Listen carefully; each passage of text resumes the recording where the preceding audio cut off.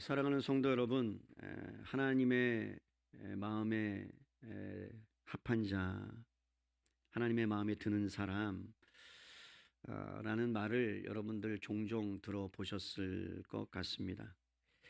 사무엘상 13장 14절과 사도행전 13장 22절에 보면 하나님께서 다윗을 향해 이렇게 말씀을 하십니다. 사도행전 13장 22절 말씀이에요. 패하시고 다윗을 왕으로 세우시고 증언하여 이르시되 내가 이새의 아들 다윗을 만나니 내 마음에 맞는 사람이라 내 뜻을 하나님의 뜻을 다 이루리라 하시더니, 여러분, 하나님의 마음에 맞는 사람, 얼마나 놀라운 이야기예요. 저 말씀을 묵상하면서 과연 제 자신이 하나님의 마음에 맞는 합한 사람일까? 여러분, 부부가 함께 같이 살아도 마음에 맞는 거 쉽지 않죠. 마음을 맞춰가는 거죠. 한편으로는 내가 포기해야 될 것들이 있고 양보해야 될 것이 있고 배려해야 될 것이 있죠. 녹록지 않습니다. 그런데 하나님께서 구약에 있는 많은 인물들 가운데 한 사람, 다윗을 향하여 내 마음에 맞는 사람이다 라고 말씀하세요. 바꿔보면 하나님의 마음을 알아주는 사람이잖아요. 그죠? 하나님의 마음에 맞는다는 것은 다윗이 하나님의 마음을 알아들인다는 거잖아요. 얼마나 행복했을까요? 다윗아, 너는 내 마음에 맞아. 그러면 얼마나 그 말씀을, 음성을 들었을 때 행복했을까요? 그런데 여러분, 혹시 이런 생각을 해보신 적 있습니까? 다윗이 어떤 사람이었기에 하나님께서 그런 평가를 했을까? 여러분, 완벽한 사람이었습니까? 왕이었기 때문에 그럴까요? 아니요. 다윗은 여러분들이 너무나 잘 아는 대로 참 부족한 사람이었고, 그리고 엄청난 큰 죄를 저질렀던 사람이었죠. 밧세바를 간음합니다. 그리고 그 죄를 감추기 위해서 충직한 부하 우리아를 전쟁의 맨 앞에 세워서 죽게 만든 살인죄를 짓도록 한 사람이었죠. 여러분, 거짓말도 해요. 그리고 도망을 치기도 하고요. 두려움에 떨기도 하고요. 그럼에도 불구하고 하나님께서 내 마음에 맞는 사람이다 라고 그를 칭하셨습니다. 그렇다면 여러분, 하나님의 마음에 맞는 사람이라는 것은 어떤 면에서는 도덕적으로 완벽한 사람이 아니라는 거죠. 인간적으로 보면 하나님의 마음에 안 맞을 것 같은 사람이죠. 여러분, 세상적으로 보면 감옥에 가야 될 마땅한 사람이에요. 그런데 그가 하나님의 마음에 합한다, 맞는다? 실수가 없는 사람도 아니었습니다. 엄청나게 실수를 많이 했던 사람입니다. 그렇다면 정말 성경이 말하는 하나님의 마음에 쏙 드는 사람이 누굴까요? 여러분, 교회 안에서도 수많은 성도님들이 있는데 때로는 여러분 순장님 마음에 쏙 드는 사람이 있어요, 없어요? 답하지 마세요. 여러분, 제 마음에도 쏙 드는 사람이 있을까요, 없을까요? 있죠. 어떻게 저렇게 섬길 수 있지? 어떻게 저렇게 할 수 있지? 아니, 어떻게 저럴 수 있지? 야, 정말 내가 배우고 싶다. 참 내 마음에 맞다. 라는 생각이 드는 분도 있습니다. 하나님의 마음에 맞는다라는 말은요, 이런 뜻이에요. 성경에서 말씀하는 것은 기억하세요. 온 마음을 향해 하나님을 향해 있는 사람. 뭐라고요? 온 마음이 누구를 향해 있는 사람이요? 하나님을 향해 있는 사람. 이게 하나님의 마음에 맞는 사람입니다.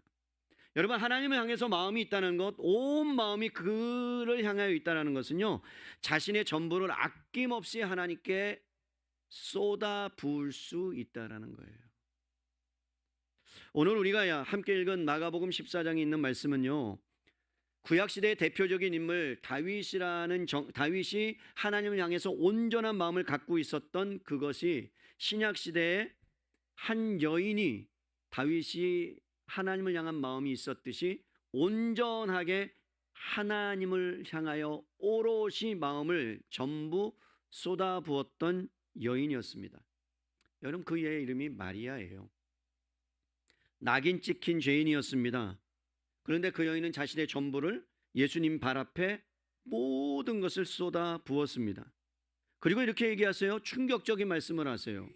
다윗을 향해서는 내 마음에 합하다, 맞는다라는 말씀을 하셨는데, 이 여인을 향해서는 여러분 마음에 맞는다 정도가 아니라 복음이 전해지는 곳에 이 여인이 함께 전해질 것이다 라고 말씀합니다. 여러분, 얼마나 충격적이에요. 얼마나 놀라운 말씀입니까? 예수님의 마음이 얼마나 흡족했으면 이 여인을 향하여 복음이 전파되는 곳마다, 복음이 선포되는 곳마다 이 여인의 이름이 기억될 거라고 하는 이 말씀은요, 성경 어디를 찾아봐도 바울도 그렇게 못했어요. 세례 요한도 그렇지 못했어요. 그러나 오직 이 한 여인을 향하여 하나님께서, 아니 예수님께서 그렇게 말씀하셨다는 것이 저에게는 충격적으로 다가왔습니다. 저는 오늘 구약의 한 인물 다윗, 그리고 신약의 마리아, 이 두 사람의 이야기를 함께 묵상하면서 하나님의 마음에 맞는 자가 어떤 사람인지를 좀 더 구체적으로 살펴보기를 원합니다. 여러분, 다윗이라는 사람은 여러분들이 잘 아시다시피 목동이었어요. 목동, 양을 치는 사람이었습니다. 여러분, 아버지가 이새예요. 그런데 아버지 이새가 8명의 아들을 두었는데 그 중에 막내였습니다. 형들이 사무엘 선지자 앞에서 여러분 세워져 갈 때 다윗은 들판에서 양을 쳤고요. 아무도 그를 주목하지 않는 인생이었어요. 그냥 보잘것없는 인생이었습니다. 심지어 아버지가 그를 부르지도 않았어요. 사무엘이 하나님께서 왕을 세우겠다라고 했을 때 다윗은 이 이세 아버지의 마음 가운데 있지도 않은 아이였어요. 첫째부터 생각납니다. 키도 헌칠하게 컸을 것이고, 그 다음에 능력도 많았을 것이고, 그런데 다윗은 작기도 하고, 그리고 아버지의 마음에 철이 없었을 수도 있고, 그리고 제외된 인물이었어요. 가장 이름 없고 가장 기대받지 못한 한 소년. 그러나 여러분, 하나님께서 그 이름 없는 목동 소년을 보시고 그를 이스라엘 왕으로 세우십니다. 여러분, 다윗을 특별하게 우리가 구약 성경을 통해서 다윗이 특별하다라고 생각하는 것은 왕이 되었다는 사실 때문에 그렇게 느낄 수 있지만 그렇지 않아요. 다윗이 특별한 것은 뭐냐면 하나님을 향한 그의 마음 때문이었습니다. 여러분, 다윗이 수많은 어려운 일들을 겪어가면서 썼던 그 노래, 그리고 자신의 고백이 시편에 고스란히 담겨져 있죠. 시편을 통해서 자신의 온 마음을 하나님께 쏟아 부었습니다. 기쁠 때도 하나님께 달려간 사람이에요. 여러분, 슬플 때도 하나님께 달려간 사람이에요.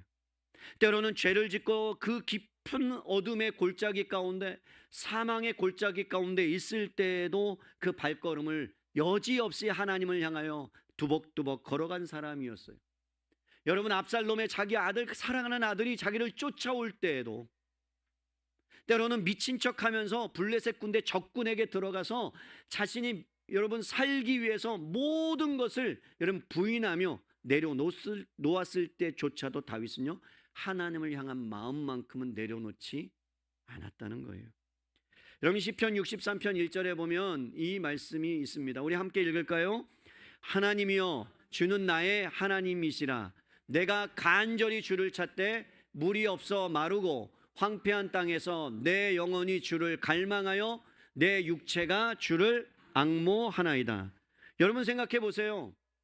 주님이 나의 아버지 하나님 되시는데 내가 간절히, 여러분 간절이라는 말을 아시죠? 간이 저리도록 너무나도 아파서, 너무나도 힘들어서, 너무나도 고통스러울 때에 하나님께 뭐라고요? 물이 없어서. 여러분, 여름에 갈증이 나는데 물이 없을 때, 여러분 산을 오르는데 물이 떨어졌을 때, 여러분 사막에서 뭔가를 찾아야 되는데 오아시스가 없을 때, 그때조차도 어떻게 했다고요? 자신의 영혼이 다른 것을 바라보는 게 아니라 내 영혼이 하나님을 향하여 갈망하고 있다고 고백해요.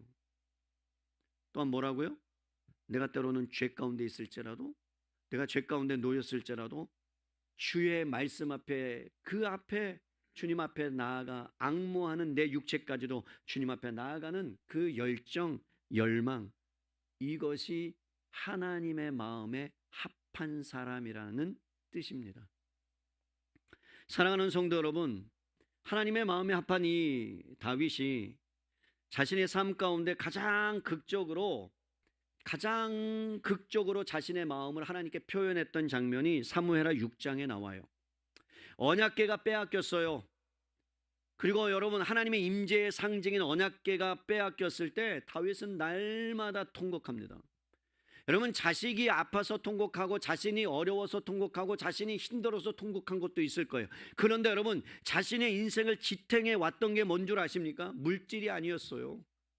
자신이 갖고 있었던 왕의 직분이 아니었어요.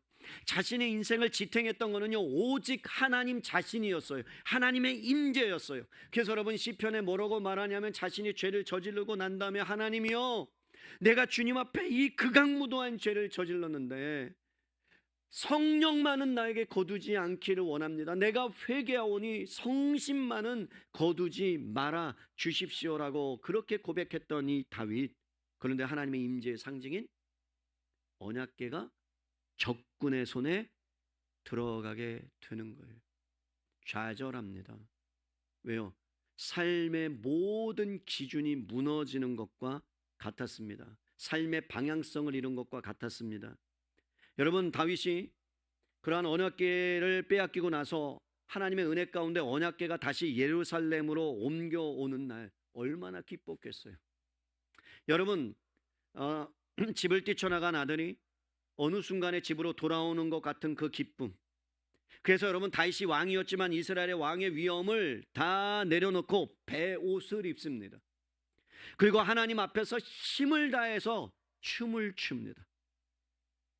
여러분, 그 춤이 얼마나 격렬하고 거침없었는지 왕비 미갈이 창문에서 바라보는데 여러분, 마음속으로 그를 업신여겼다 그래요. 여러분, 미갈은 다윗을 향하여 비꼬는 말을 합니다. 이렇게 얘기를 해요. 이스라엘 왕이 오늘 어떻게 영화로운지 보자. 왕이 저렇게 꼴사납게 체면도 없이 춤을 추고 창피하다라고 그렇게 다윗을 비난합니다. 여러분, 사무엘상 6장 21절에서 22절을 볼까요? 이렇게 말씀해요. 다윗이 미갈에게 이르되 이는 여호와 앞에서 한 것이라. 아내 미갈아, 들으시오. 내가 하나님의 임재, 내가 그렇게 하나님을 사랑하고 하나님을 향했던 그 언약궤, 임재의 상징인 언약궤가 들어오는 것, 내가 춤을 추는 것, 남들이 다 뭐라 할지라도 나는 하나님 앞에서 한 것이기 때문에 부끄럽지 않소. 그가 내 아버지와 그의 온 집을 버리시고 나를 택하사 나를 여호와의 백성 이스라엘의 주권자로 삼으셨고 내가 여호와 앞에서 뛰놀리라. 내가 이보다 더 낮아서 스스로 천하게 보일지라도 내가 말한 바 내 계집종에게는 내가 높임을 받으리라 한지라. 이런 말이에요. 내가 스스로 낮아져서 왕이 아닐지라도 버림을 받을지라도 오직 영광을 받으시는 분은 하나님, 그분만 영광 받으시면 된다. 나의 처지, 나의 신분, 나의 여건, 나의 상황 상관없다라는 거예요. 이것이 하나님의 마음에 합한 자의 태도라는 거죠. 다윗은 사람들의 시선에 개의치 않습니다. 여러분, 왕의 체면도 내어버립니다. 여러분, 미갈의 비아냥도 중요하지 않았습니다. 오직 여호와 앞에서, 하나님 앞에서 사는 것, 그래서 자신의 전부를 드러내는 것, 여러분, 그것이 하나님을 향한 사랑의 표현이었습니다. 왕복을 벗어 던지는 거예요. 자존심을 내려놓는 거예요. 하나님 앞에서 어린아이와 같이 춤을 추는 거예요. 덩실덩실 추는 거예요. 남들이 봤을 때는 미쳤다고 생각하는 거예요. 미갈도 여러분 보니까 좀 돌아버린 것 같아요. 이상한 것처럼 생각된 거예요. 그래서 여러분, 왕인 다윗을 비꼬아 얘기하고 비난하고 비아냥거립니다. 여러분, 이 다윗의 모습을 보세요. 누군가가 떠올라야 정상이죠. 수백 년 후에 한 여인이 온 세상에, 온 동네에 손가락질을 받는 죄인이었습니다. 제자들의 뜨거운 시선이 있습니다. 비아냥거림이 있습니다. 그리고 주님 앞에, 예수님 앞에 나아가서 자신의 전부를 쏟아 부었습니다. 그 여인이 바로 누구예요? 마리아예요. 여러분, 다윗이 그의 평생에 한 가지 소원이 있었는데 그것이 뭐냐면 하나님의 전을 짓는 거예요. 성전을 짓는 거예요. 그러면서 자신의 모든 것을 다 드립니다. 전 재산을 드려요. 여러분, 권력을 맛보면요, 권력을 가져보면요, 그 권력이 내려놓는 게 쉬울까요? 안 쉬울까요? 쉽지 않습니다. 내가 엄청난 권력을 갖고 있으면 그 권력을 쓰고 싶습니다. 여러분, 내가 어떠한 부를 다 갖고 누렸는데 그것을 남을 향하여 여러분 흘려보내는 게 쉬울까요? 안 쉬울까요? 대답하세요. 고결한 척 하지 마시고. 고결한 척 하지 마세요. 우리는 서로 죄인인 거 다 알잖아요. 그죠? 여러분, 쉬울까요? 안 쉬울까요? 안 쉬워요. 여러분, 쉽지 않아요.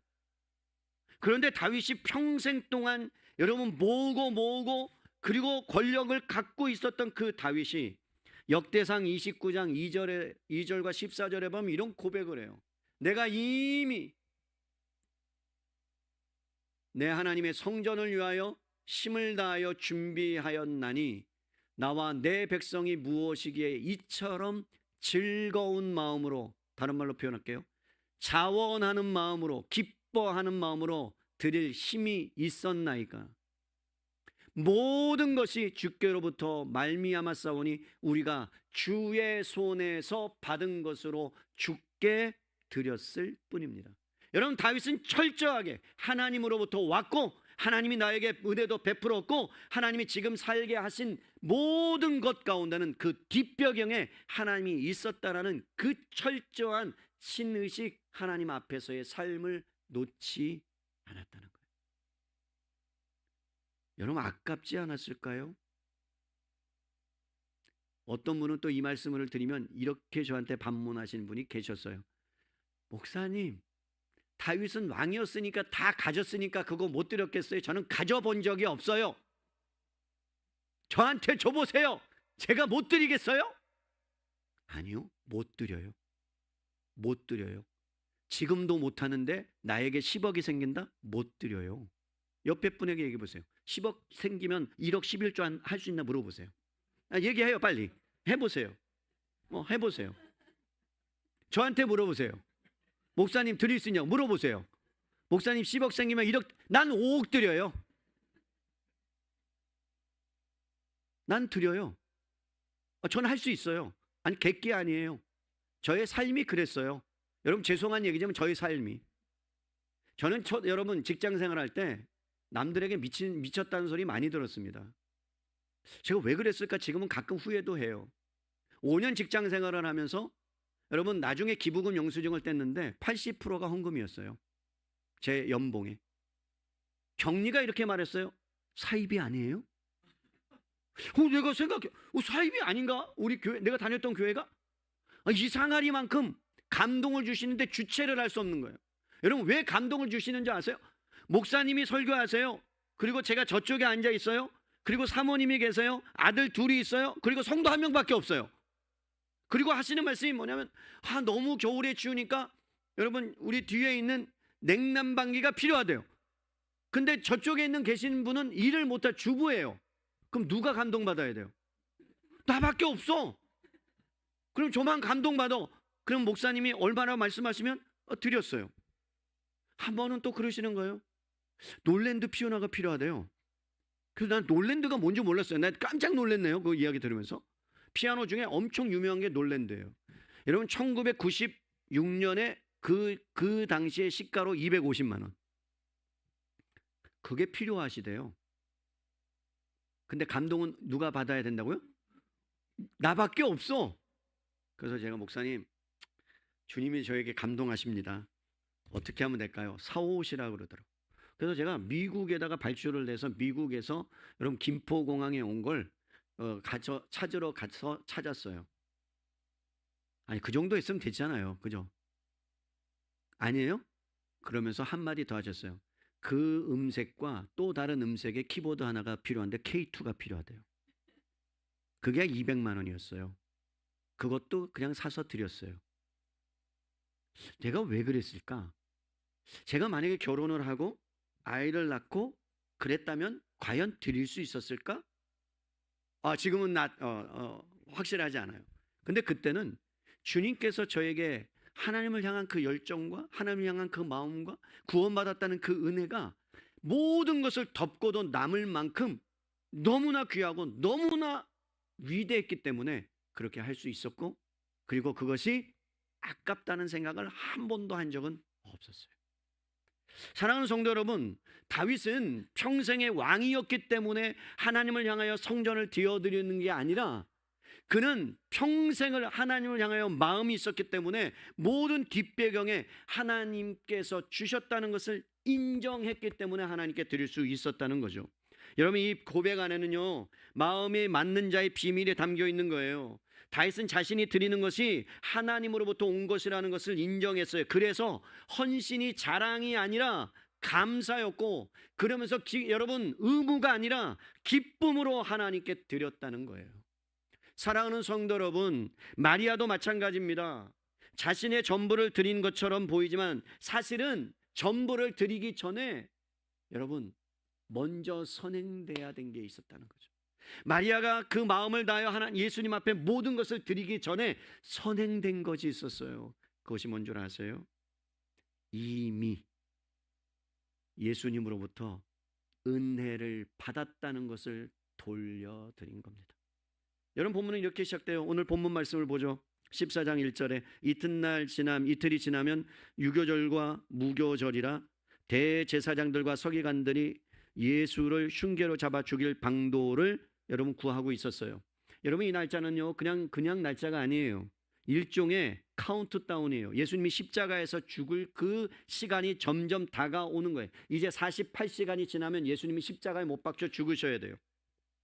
겉으로는 여러분 명절 준비로 예루살렘이 막 들떠 있어요. 6월절이니까 6월절만 되면요, 지금도 수많은 사람들이 여러분 전 세계에서 이스라엘 예루살렘을 향하여 옵니다. 예배를 드리러 옵니다. 그런데 여러분, 그 안에 무서운 것이 음모가 도사리고 있었어요. 기쁨으로 충만한 것처럼 보였지만 바깥에서는요, 대제사장들과 서기관들과 여러분 많은 사람들이 예수님을 잡아 죽이려는 흉계를 꾸미고 있었던 그때에 안에서는 12제자 중에 하나인 가룟 유다가 예수를 팔아먹으려고 계획을 세우고 있었고, 그래서 바깥으로나 안으로나 여러분 배반의 손길이 지금 예수님을 엄습하고 있는 그때 얼마나 예수님이 외로웠겠습니까? 그 십자가의 길을 가는 것만도 여러분 외로운데, 모든 제자가 다 자신을 부인하고 떠나갈 것도 다 아셨는데, 새벽에 여러분 정말로 그 수석 베드로가 자신을 3번이나 부인하고 도망갈 것도 다 아셨는데, 그 길을 쪼벅쪼벅 외롭게 걸어가 나를 배반한 거를 알면서도 같이 만찬을 해야 되는 그 여러분 예수님의 심정이 느껴지십니까? 내가 배반할 것을 여러분 알면서도 그냥 그를 묵묵하게 지켜보는 그 아비의 마음과 목자의 마음이 느껴집니까? 그런 상황 가운데 아무도 예수님을 알아주지 않는 것 같은 그런 상황 가운데 놓여 있었죠. 다윗의 이야기와 겹쳐 보이지 않습니까?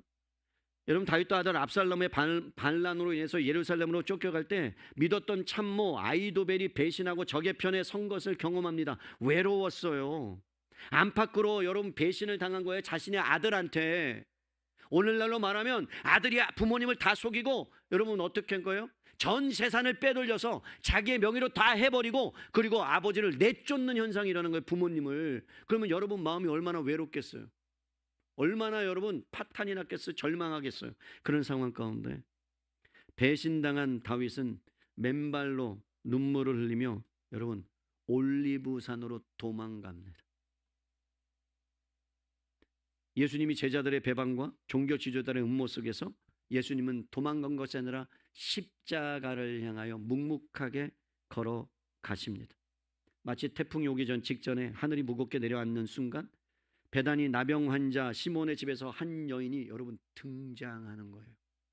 얼마나 놀라운 일입니까? 이 배반의 이중적인 한복판에서 이 여인이 가장 빛나는 보석처럼 등장합니다. 여러분, 요한복음 12장에 가보면 이 여인을 마리아라고 말합니다. 마리아. 여러분이 잘 아는 이름이에요. 당시에 이스라엘에서 가장 흔한 이름이에요. 여러분, 마리아는 여러 사람들이 나오지만 이 이름 되는 온 동네 사람들이 여러분 이 여인을 향해 무거운 꼬리표 하나를 달았어요. 꼬리표가 있어요. 죄인.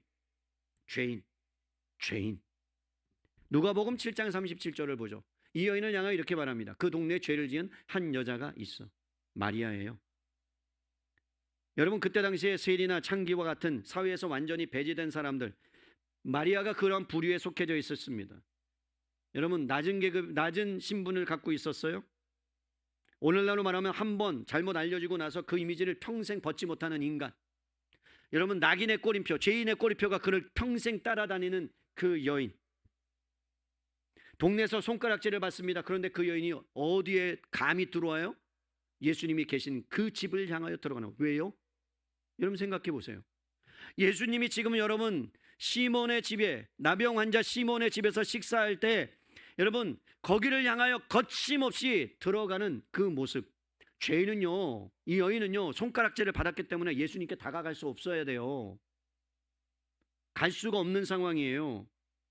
그런데 여러분 그런 상황 가운데 다윗이 하나님의 마음에 합하고 동시에 간음과 살인을 저질렀음에도 불구하고 나단 선지자가 다윗 앞에 와서 그 죄를 저질렀을 때 여러분 다윗은 도망치지 아니하고 핑계를 대지 아니하고 시편 51편 3절과 17절에 보면 이렇게 울부짖어요.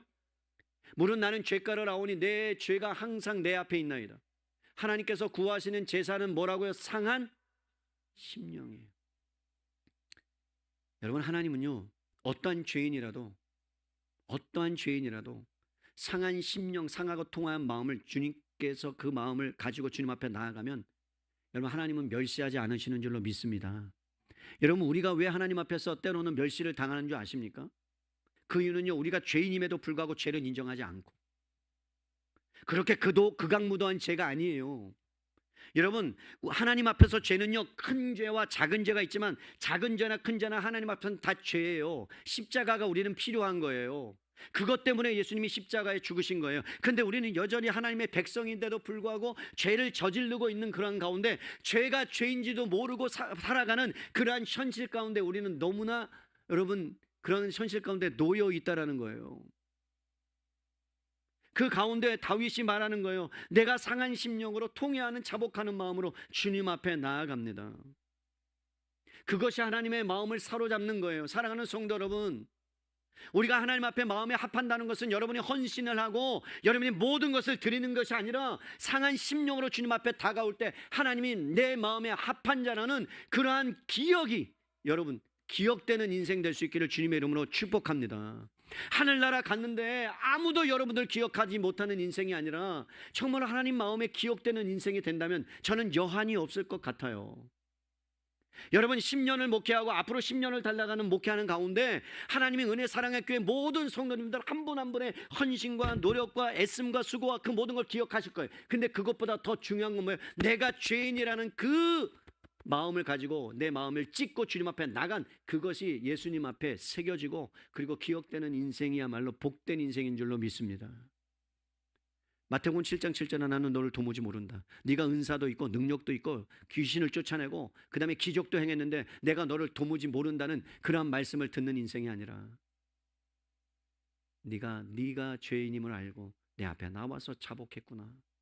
내 품에 와서 안겨라. 내가 너를 쉬게 하겠다라는 그 마음으로 하나님 앞에 나아가는 자를 예수님이 기억하신다는 거죠. 여러분 마리아도 그 마음을 갖고 주님 앞에 나갑니다. 죄인이었어요. 도망치지 않았어요. 수치스러웠어요. 숨지 않았어요. 오히려 사람들이 가득한 그 자리로 저벅저벅 걸어갑니다.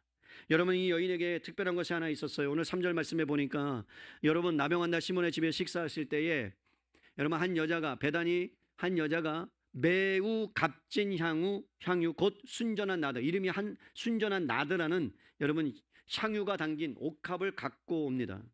여러분 나드라는 것은 예전에도 설명드렸다시피 히말라야 산맥에 해발 3,000m에서 4,000m 되는 고산지대에서 나는 희귀한 식물이에요.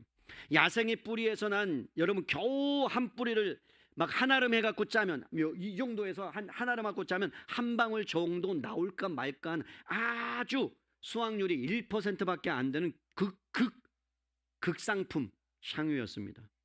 인도에서 팔레스타인까지 운반해 오는데 드는 막대한 운송비나 여러분 관세까지 하면 5절에 보면 여러분 얼마라고 이야기합니까? 300데나리온이라고 이야기합니다.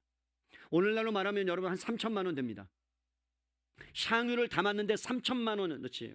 그런데 여러분 성경학자들이 이 구절을 연구하면서 단순히 마리아가 번 돈은 아니었을 거라. 왜? 죄인이었기 때문에 어디 가서 일하거나 그럴 수가 없는 거예요. 그렇다면 이 여인이 이것을 갖고 있었게 된 배경이 뭘까? 연구하다 보니까 여러분 그때 당시에 전통이 뭐냐면 할머니가 자기 딸에게 그러면 딸은 어머니가 자기 또 딸에게 대를 이어서 집안에 물려주는 가보와 같은 것이에요. 그러면 여러분 단순한 물건이 아니었죠. 과거로부터 받았던 유산이고 미래를 향하여 간직해야 돼요. 자기가 시집 갈 때, 결혼할 때 그것을 갖고 가야 되는 거예요. 다른 말로 하면 자기의 전 재산, 자신의 모든 것이 전부 담겨있는, 과거로부터 미래까지의 모든 소망이 담겨져 있는 그것을 지금 주님 앞에 갖고 나옵니다. 여러분, 다윗이 성전을 이을 때, 자신의 전세단을 드릴 때 그것은 단순한 헌금이 아니에요. 자신의 인생이 담겨져 있는 거예요. 하나님이 나를 어떻게 인도하셨고 어떻게 살아오게 했는지. 마리아도 여러분 향유 옥합이 그런 것과 같았어요. 단순한 물건이 아니에요. 그 여인의 과거와 미래가 통째로 담겨져 있는 거예요. 여러분, 소식을 드린 예수님께서 십자가에 못 박혀 죽으실 거라는 이야기를 이 마리아가 온전하게 이해하지는 못했을 거라고 생각합니다. 그런데 예수님이 가는 곳마다 그런 이야기를 하니까 심상치 않게 느꼈을지도 모르겠어요. 그 소식을 들은 마리아가 어찌하여든 그 마음에 감동을 받아서 망설이지 아니하고 자신의 신분도 잊어버려요. 사람들의 시선도 여러분 아랑곳하지 않아요. 그냥 발걸음이 예수님을 향하는 거예요. 이런 거 있잖아요. 여러분이 엄청나게 고난당하고 고통을 당할 때 여러분의 발걸음이 교회로 와서 예배 드리고 싶다라는 마음 들은 적 있어요, 없어요? 그게 한 번이어서 그렇지. 그죠? 고난만 왔을 때만 하죠. 기쁠 때는 여러분 교회로 와요, 안 와요? 안 오죠? 그죠? 아니잖아요. 잘 안 오잖아요. 교회 와서 막 감사합니다 막 춤추고 막 댄스 치고 그래요? 여러분 너무 좋아서? 나 그런 사람 한 번도 못 봤어요. 그냥 힘드니까 뭐 올 수 있어요. 고통스러워서 올 수 있어요. 근데 여러분 기쁘고 감사할 때도 하나님 앞에 나와서 예배하고 기뻐할 수 있는 저와 여러분 될 수 있기를 바랍니다. 이 여인이 여러분 주님 앞에 나와서 예수님을 향한 곳을 향하여 걸어갑니다. 그러면서 발 앞에서 울기 시작해. 눈물을 흘리기 시작해. 왜 울었을까요? 예수님이 불쌍해서? 아니, 그거 못 깨달았다니까요. 눈물로 발을 적셔요. 그리고 머리카락을 풀어요. 그 발을 닦아요. 그리고 그 발에 입을 맞춰요. 그리고 허리에서 향유 옥합을 꺼내요. 여러분, 마가복음에 기록한 한 단어, 옥합을 깨트린다라는 이 단어는 카테엑센이라는 단어인데요, 완전히 산산조각 낸다라는 거예요. 한 방울 한 방울, 한 방울 두 방울 조금씩 따라드릴 수도 있었는데 그게 아니라 완전히 깨트려서 남김없이 되돌릴 것도 생각하지 아니하고 전부를 쏟아 부었어요. 여러분, 이 장면은 다윗이 잃어버렸던 하나님의 임재의 상징인 언약궤가 왔을 때 온 힘을 다해서 춤을 추면서 바지춤이 내려갈 정도로, 여러분 치마가 벗겨질 정도로 그렇게 하나님 앞에 춤을 췄던, 왕복을 벗어 던졌던 그런 모습과 일치해요. 마리아가 옥합을 깨트립니다. 다윗이 베옷을 입고 땅 위에서 뛰놉니다. 마리아는 머리를 풀어서 땅 위에 발을, 예수님의 그 땅 위에 있는 그 발을 씻겼습니다. 둘 다 사람들의 눈이 스쳐 지나가는 이상하게 생각하는 괴기한 행동이었지만, 과한 행동이었지만 하나님의 눈에는 가장 아름다운 여러분 헌신이었어요. 향유가 예수님의 머리에 부어집니다. 머리부터 발끝까지 흘러내리기 시작합니다. 여러분, 그 순간 온 집안에 그 향기가, 여러분 향수 하나를 뿌리면 온 집안의 향기가 퍼지는 것처럼 순식간에 그 집안을 다 사로잡습니다. 마리아의 과거가 놓아든 향기였고 미래가 소망으로 담겨진 그 향기가 오직 예수님을 향하여 쏟아 부어졌다는 거죠. 여러분, 그 자리에 앉아 있었던 사람들의 반응이 어떻습니까? 여러분, 어떻게 해야 마땅합니까? 그것을 깨트려서 예수님의 발 앞에 모든 것을 다 드리고 씻겼을 때 여러분, 여러분 어떻게 반응하는 게 마땅합니까? 불편해요. 사람들은 불편해요. 희한하죠? 여러분, 남이 이렇게 헌신한 거 보면 뭐 해줘야 정상이에요? 뭐 해줘야 돼요? 박수 쳐줘야 되는 거 아니에요? 잘했다 그래야 되는 거 아니에요? 그죠? 여러분, 그런데 뭐 하는 거예요? 사촌이 땅 사면 병원 가요. 그죠? 배 아파. 그죠? 여러분, 남이 잘 되는 거, 제가 얘기했잖아요. 여기 계룡 60일 제가 못 돌아간 건 내가 양보한 거다. 근데 다른 목사님께, 그리고 이번에 전세가 됐어요. 뭐 여러분 뭐 기뻐하지 않나 봐요. 내가 됐다는 불만 있으세요? 제 장기 전세 됐는데 불만 있으세요? 아 됐어요. 됐는데 여러분 됐어요. 그냥 감사해요. 너무나 감사해요 하나님 앞에. 그죠? 근데 또 한편에 이렇게 생각해요. 나 때문에 또 다른 사람이 안 된 거 아니야? 좀 미안하긴 해요. 그런 마음이 있어요 저 안에는. 여러분 남이 잘 되면 박수 쳐야죠. 그리고 여러분 격려해 줘야죠. 어떻게 그럴 수 있냐고. 나는 하고 싶은데 하지 못해서 미안하다. 그게 정상 아니에요. 그런데 여러분 정상적인 일들이 안 일어나요. 4절 보세요. 정상이 아니에요 사람들이. 어떤 사람들이 화를 내어 내게 서로 말하되 어찌하여 이 향유를 뭐하는가? 허비하는가? 왜 낭비하냐 이 말이에요. 300다나리면 3천만 원이면 여러분 가난한 사람 300명도 먹일 수 있고, 그런데 왜 쓸데없는 일을 하라는 거예요. 표면적으로 합리적으로 보이죠. 그런데 여러분 이 장면을 보세요. 다윗과 똑같지 않습니까? 다윗이 하나님 궤 앞에서 춤추었을 때 그 왕비가 뭐라고 해도 같이 나와서 여러분 뭐예요? 쳐야죠. 같이 안 쳐요. 뭐라 그래요? 미쳤다 그래요. 하나님을 향해서 하고 있는데. 여러분 교회도 똑같아요. 누군가 헌신하면 그래 라고 박수 쳐주고 내가 못해서 미안해야 되는 감정을 가져야 되는데, 여러분 뭐 어떤 감정을 갖냐면 뭐 할 만한 능력이 되니까 했겠지. 아니라니까요. 할 만한 능력이 돼도 못해요. 믿음이 없으면 못한다니까요. 그런데 여러분 그런 상황 가운데 이스라엘 왕이 어떻게 저렇게 영화로울 수 있어? 라고 여러분 비꼬아요. 하나님을 향해서 미갈이라는 이 여인이. 제자들의 눈에도 여러분 마리아의 이 헌신이 낭비였던 거예요. 그러나 하나님의 눈에는 달랐어요. 여러분 제자들의 비판 뒤에는요 다른 감정이 숨겨져 있습니다. 그들은 자신이 예수님을 가장 사랑하는 줄 알았어요. 예수님을 지근거리에서 따랐고 예수님과 함께 3년 반이라는 시간을 지냈고, 그래서 예수님이 하자는 건 다 했고, 그러니까 여러분 어느 순간에 내가 하나님 앞에서 가장 하나님을 사랑하는 사람이야 라고 생각해서 이렇게 얘기해요. 하나님 예수님이 죽으시걸랑 왕이 되시걸랑 나를 좌편에 하나는 우편에. 그러니까 여러분 뭐라 그래요?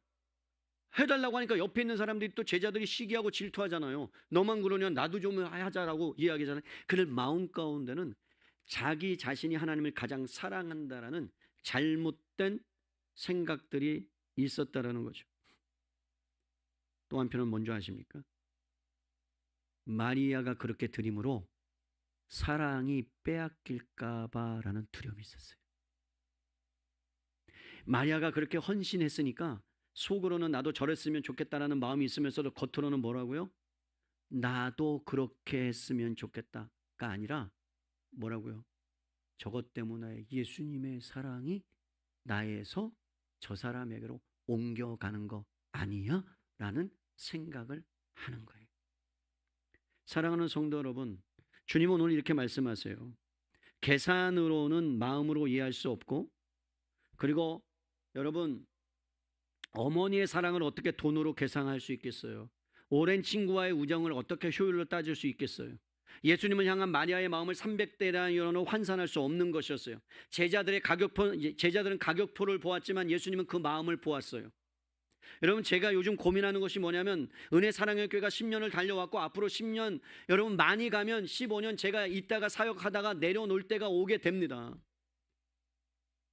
그런데 제 마음 가운데 다음 세대를 향한, 어떻게 하면 다음 세대가 살려질 수 있을까? 다음 세대를 어떻게 물려줄 수 있을까? 어떻게 하면 다음 세대로 이 모든 것을 이양할 수 있을까? 빚을 남겨주면 안 되는데 그들에게 남겨줄 게 뭘까를 고민을 하면서, 다음 세대를 향한다는 말은 그렇게 외치지만 정작 다음 세대를 향하여 하고 있는 모습들은, 우리의 모습은 그런 모습이 아닌 것 같아서 정말 미안하고 아이들한테 죄송하고 그럴 때가 있어요.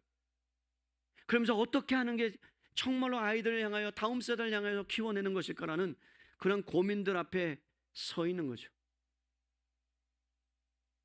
그들 위해서 뭘 해주는 게 좋을 것인가? 애들이 왔다가 그냥 세상이 너무 좋아서 가는 그런 가운데, 그래서 생각하는 거, 에어바운드를 갖다가 사서 놓을까? 아이들이 좋아하는 것들 좀 갖다 놓아서 아이들이 좀 여기 교회에 머물 수 있을 건 없을까? 한강라면 기계를 사가지고 좀 아이들이 매번 와서 배고프면 그냥 라면 다 처먹어라. 그리고서 좀 그냥 한강라면 세트로 막 이렇게 해갖고 아이들이 그냥 여기 아이들 막 어디에요 저기 검도관에 있는 아이들이 와서 그냥 아무렇게나 먹고 갈 수 있도록 그냥 막 라면을 막 이렇게 쌓아놓으면 얼마나 좋을까? 막 그냥 당근 보면서 붕어빵 기계 있으면 붕어빵 기계 사갖고 내가 매일 구워서 줄까? 난 온통 거기에 미쳐 있는 거예요 지금. 뭘 해주는 게 맞을까? 그래서 또 한편으로는 정말 아이들에게 어떤 것을 남겨줘야 될까라는 그런 수많은 질문 앞에 서 있는 거죠. 사랑하는 성도 여러분, 그러한 상황 가운데 예수님이 그 마리아의 마음을 보시고 6절에 이렇게 말씀하세요. 예수께서 이르시되 가만 두라. 너희가 어찌하여 그를 괴롭게 하느냐. 그가 내게 어떤 일을 했다고요? 좋은 일을 했다. 사람들은 낭비라고 했어요. 그런데 주님은 좋은 일이래요. 사람들은 그것을 팔아서 남들에게 주라 그랬어요. 그런데 가만두라고 얘기해요. 오직 예수님이 마리아 편이 되어주셨어요. 다윗도 그랬어요. 김변명 늘어놓지 않았어요. 여호와 앞에서 한 것이라. 사람이 어떻게 평가하든 하나님 앞에 한 것이라면 여러분 충분합니다. 믿을 수 있기를 바랍니다. 하나님 앞에서 했으면 끝나는 거예요. 사람에게 인정받으려고 하면 여러분 그러면 시험 들어요. 어려워져요. 마리아는 사람들을 앞에서 인정받으려고 한 적이 없어요.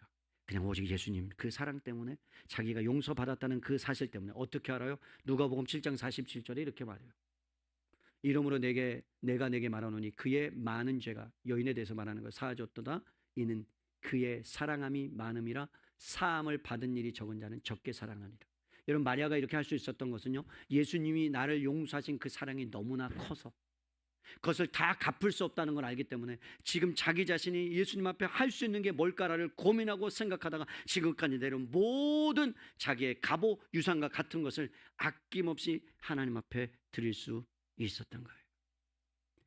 계획된 헌신이 아니었습니다. 용서받은 것에 대한 마음이 동해서 폭발적인 죄책감과 수치감, 숨도 못 쉬고 살았던 여인이 죄가 사하여졌다는 그 한마디 때문에 그 사랑이 너무나도 충만해져서 남들은 다 비난한다 할지라도 예수님은 나를 인정해주고 나의 죄를 용서해줬다는 그 마음으로 하나님 앞에 나아가서 하나님 앞에 드릴 수 있었던 이 여인. 여러분 다윗이 시편 103편 8절에 여러분 여호와는 긍휼이 많으시고 은혜로우시며 노하기를 더디하시고 그리고 인자하심이 풍부함이다 라는 그 마음을 다윗이 깨달았기 때문에 용서받은 크기만큼 사랑하는 거예요. 여러분 실질적으로 여러분들이 하나님 앞에 헌신하지 못하고 하나님 앞에 드리지 못한 이유는 하나님을 사랑하지 않는 거예요. 그건 변명할 수가 없어요. 하나님을 사랑하지 않는 거예요. 다른 말로 할게요. 용서받은 크기만큼을 처절하게 여러분 경험하지 못한 거예요. 죄인됨을 처절하게 경험해 보지 못한 거예요. 근데 은혜를 크게 경험한 사람만이 하나님의 마음에 합하다, 그리고 하나님이 기뻐하시고 하나님이 원하시고 그리고 자신이 어떠한 죄악을 저질렀다 할지라도 용서받은 것 때문에 기뻐하며 하나님 앞에 나아갈 수 있다는 거예요. 여러분들이 드리라는 건 아니에요. 여러분들이 하나님 앞에 전 재산 드릴 수 있는 사람도 없어요. 여러분 드릴 수 있는 분 손 들어보세요. 환영합니다. 없어요. 불가능해요. 우리도 알아요. 그런데 마음을 드리고 마음이 주님께로 향하면 여러분 어느 순간에 주님께서 원하시고 주님께서 쓰시겠다면 내어드릴 수 있는 저와 여러분 될 수 있기를 바랍니다. 주님이 쓰시겠다면 그때 내어드릴 수 있는 그런 믿음을 가질 수 있기를 바랍니다. 마리아는 이제 말씀을 정리합니다. 마음에 합하다는 것은 죄가 없는 사람이 아니라 죄사함의 은혜를 크게 경험한 사람이요, 그리고 그 은혜를 온 마음으로 응답하는 사람이 하나님의 마음에 여러분 드는 사람입니다. 9절에 이렇게 말씀합니다. 충격적인 말씀 읽어요. 같이 시작. 내가 진실로 너에게 이르노니 온 천하에 어디서든지 복음이 전파되는 곳에는 이 여자가 행한 일도 말하여 그를 기억하리라 하시니라. 여러분 이 여인이 왜 복음의 정의가 될 수 있는 줄 아십니까? 복음을 그대로 담기 있기 때문에 그래요. 마리아의 이야기가 마리아는 죄인이었고 우리도 죄인이고 마리아는 용서받았고 예수님의 십자가의 은혜로 우리도 용서받았고 마리아는 가장 소중한 것을 드렸고 우리도 감사와 헌신으로 하나님께 드릴 수 있기 때문에 그렇습니다.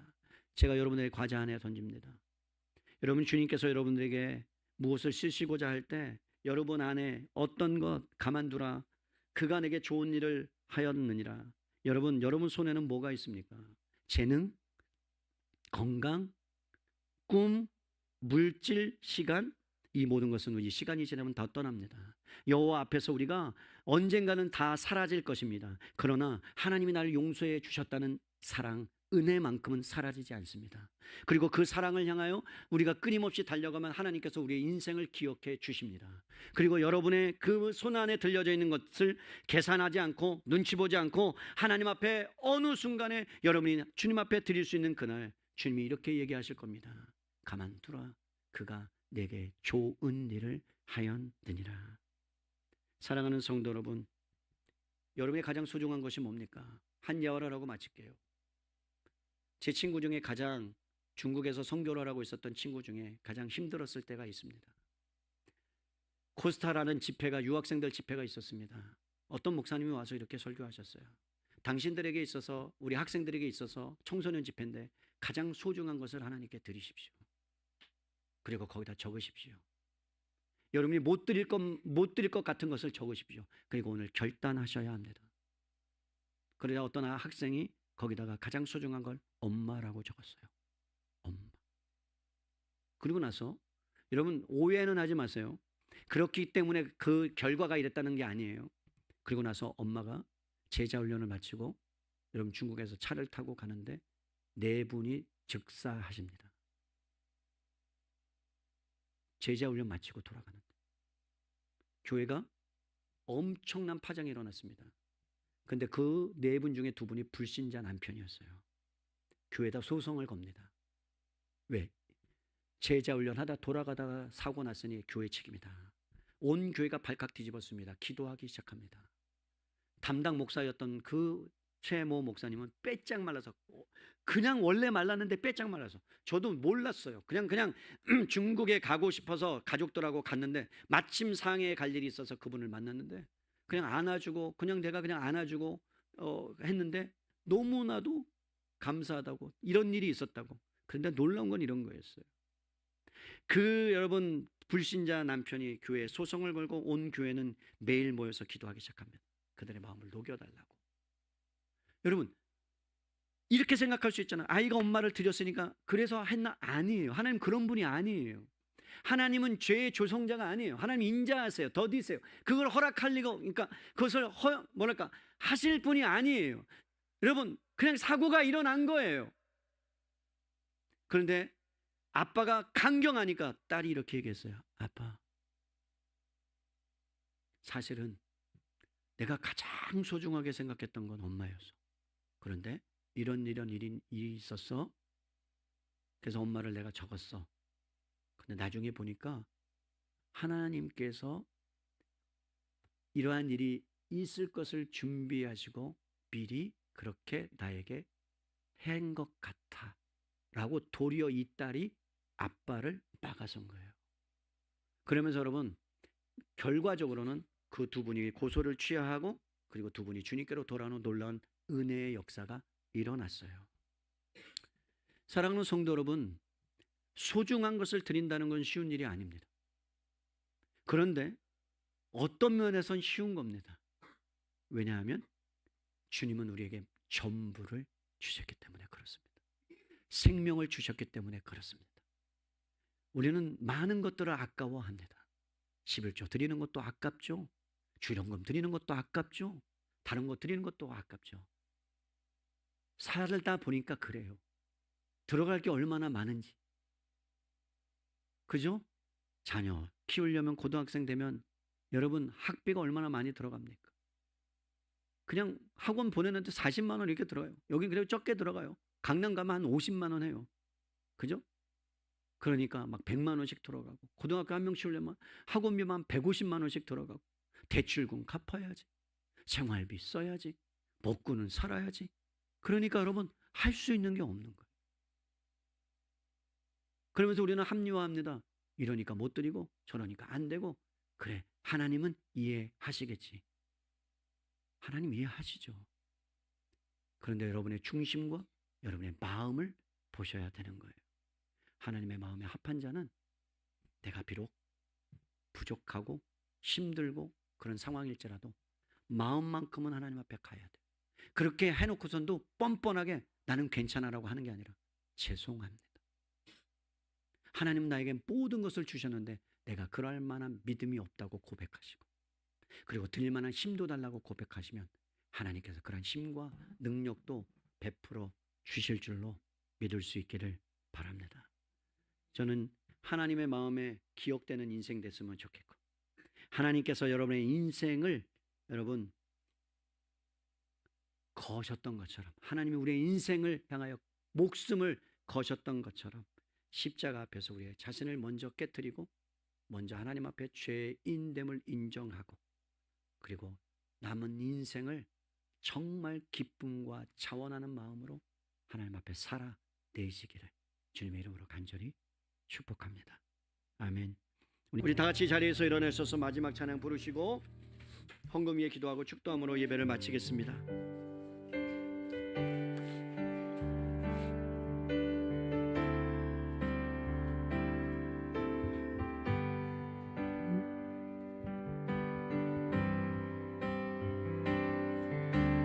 내 마음에 주를 향한 사랑이 나의 말엔 주가 주신 진리로 나의 눈에 주의 눈물 채워주소서.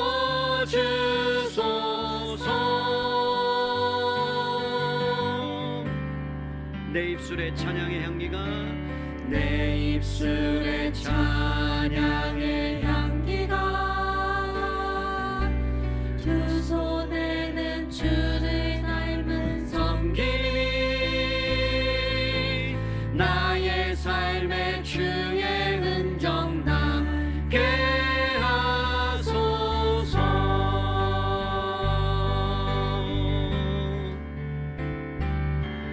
하나님의 사랑이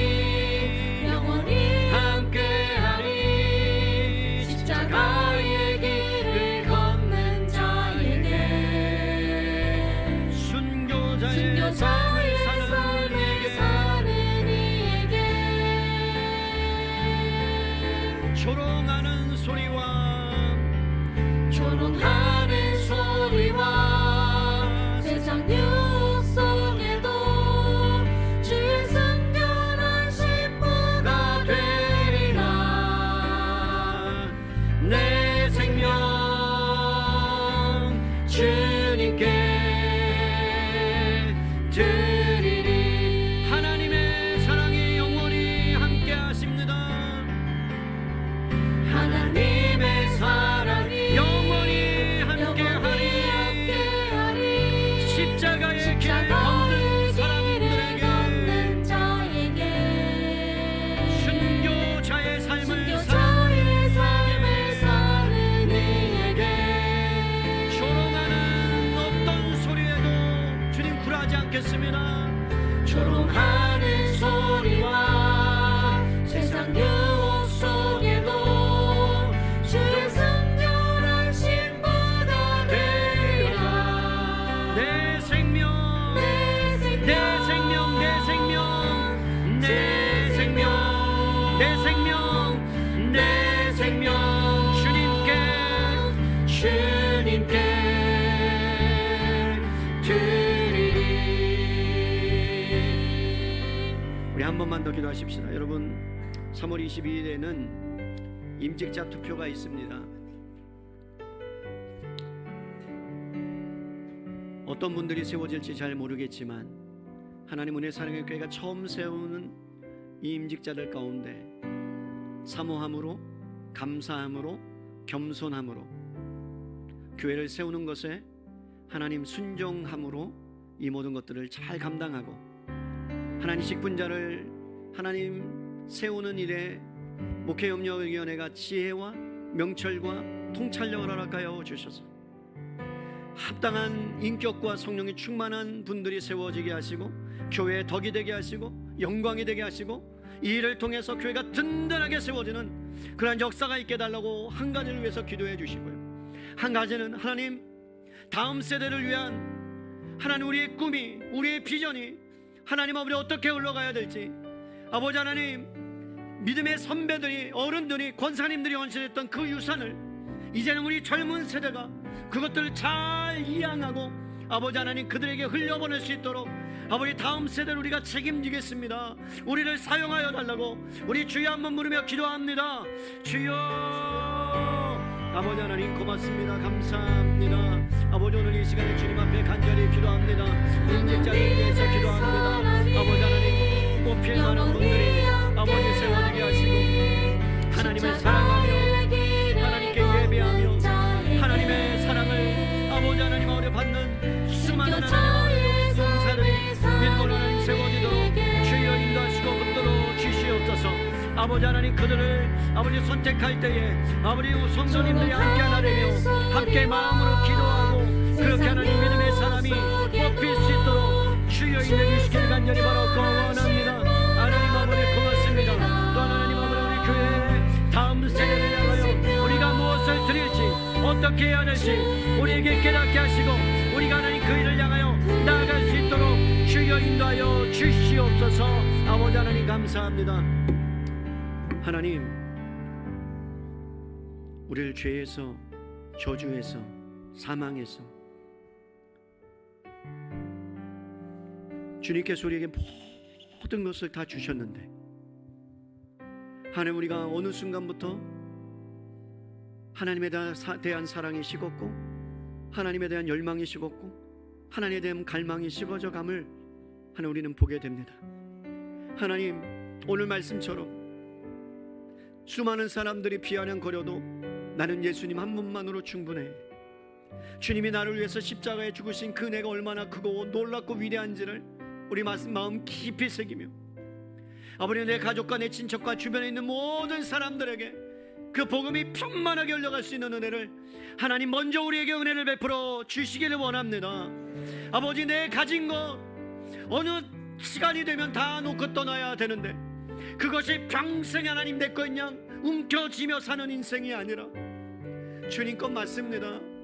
주님이 원하시면 하나님 쓰십시오라고 그렇게 내 재능과 물질과 소유와 아버지 시간을 내어드릴 수 있는 그런 모든 분들 되도록 주님 축복하여 주시고 역사하여 주시옵소서. 하나님 우리 사랑의 교회가 세워진 지 10년 만에 임직자를 세웁니다. 하나님 두렵습니다. 기대도 있습니다. 정말 하나님 성령이 충만한 자 분들이 세워지기를 원합니다. 교회를 세우고 어른으로서 영적인 아비로서 그렇게 하나님 성도들과 함께 품고 갈 수 있는 주님의 마음에 합한 자들이 온전하게 세워질 수 있도록 우리 성도님들이 기도하게 하시고 아버지 그 일을 통하여 주님이 영광 받으시며 은혜 사랑의 교회가 더 든든하게 세워지는 놀라운 은혜의 역사가 있도록 축복하여 주시옵소서. 다음 세대를 위해서 아버지 오늘 은혜의 사랑의 교회가 무엇을 해야 될지 어떻게 해야 될지 지혜를 주시기 원합니다.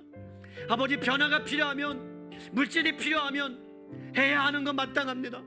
우리가 하나님 빚을 남겨주는 인생이 아니라 신앙을 유전시켜주고 신앙을 유산으로 남겨주고 그렇게 해서 하나님 다음 세대가 마음껏 하나님을 찬양할 수 있도록 그렇게 우리가 하나님께서 우리를 사용해 주시고 그렇게 써 주시옵소서.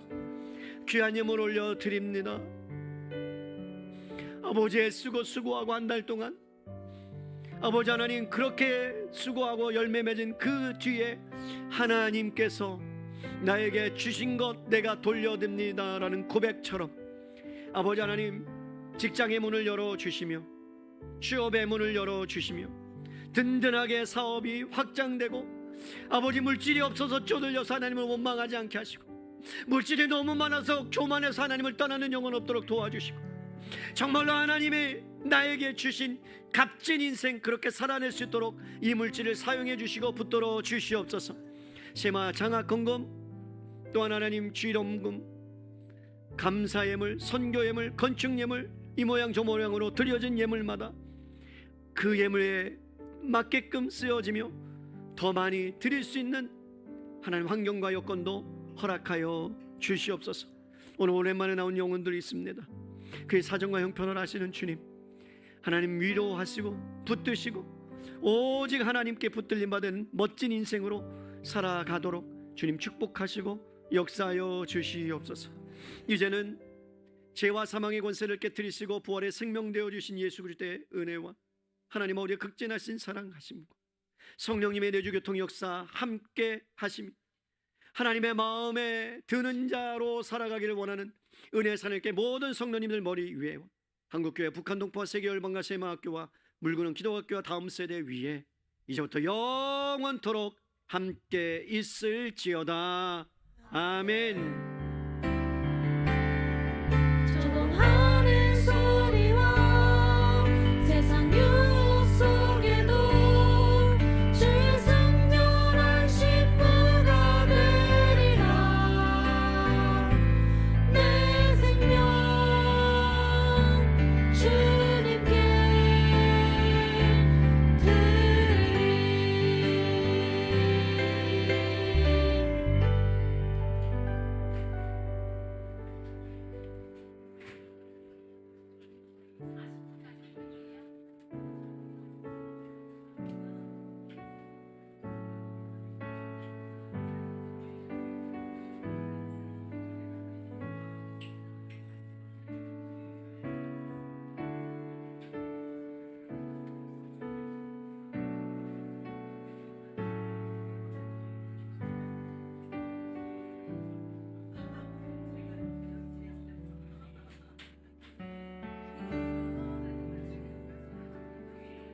나를 고독하게 나를 자식에 세상 어디도 기댈 곳이 없게 하셨네.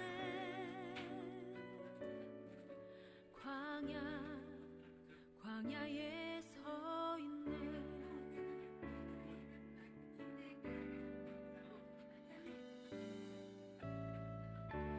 주님